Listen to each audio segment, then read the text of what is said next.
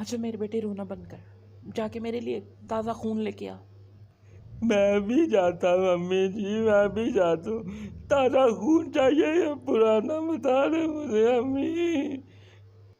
अब उस बेटे ने अपनी माँ को 40 साल के बाद देखा होता है और वो खुशी से पागल हो जाता है, लेकिन उसकी माँ उसे कहती है, इस शोर से मेरी जान छोड़ो, मेरे कान फट रहे हैं। तो वो दोनों भाई जाते हैं गांव में सबको चुप करवाने के लिए।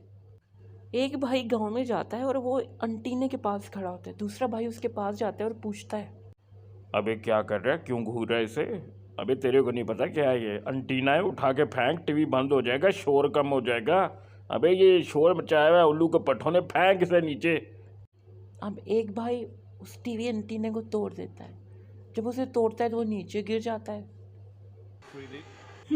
ये क्या हुआ? सिग्नल चले गए। ओह नो, अभी तो फ्रीदी आया था।